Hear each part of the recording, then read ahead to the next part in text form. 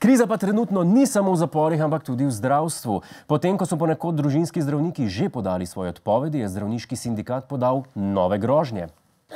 Fides je namreč zagrozil, da bodo z junijem vsi zdravniki delali le še po standardih in normativih, kar v praksi pomeni kolaps sistema. Ja, zdravniki so zagrozili, da če država ne ugodi njihovim zahtevam, bodo odslej delali po pravilih. Kar je malo čudna grožnja, ne? Ki se lahko zgodi samo v zdravstvu, pa kjer drugje. Težko si predstavljam, da bi, ne vem, poslanci v državnem zboru stopili do premierja pa rekli: "Ej, Marjan, če nam ne zrihtaš boljših delovnih pogojev, bomo začeli na seje hoditi, a jasen?" In kakšni so naslednji ukrepi slovenskih zdravnikov, pa sprašujem našega korespondenta na terenu, gospoda Jana Krojcarja. Gospod Godler, če se situacija v slovenskem zdravstvu ne bo spremenila, so ortopedi že napovedali, da bodo od zdaj naprej operacije kolka izvajali samo na ta pravi nogi. Patologi bodo odstranjevali organe in sicer iz mrtvih ljudi.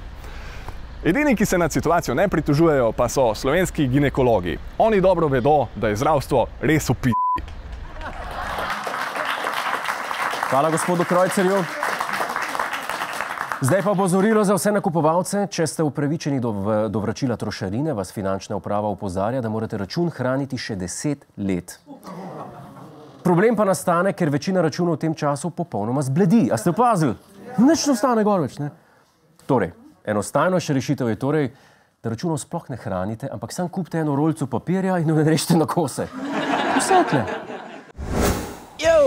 To je naš YouTube kanal. Klikni na ta gumb in se naroči, da boš na tekočem.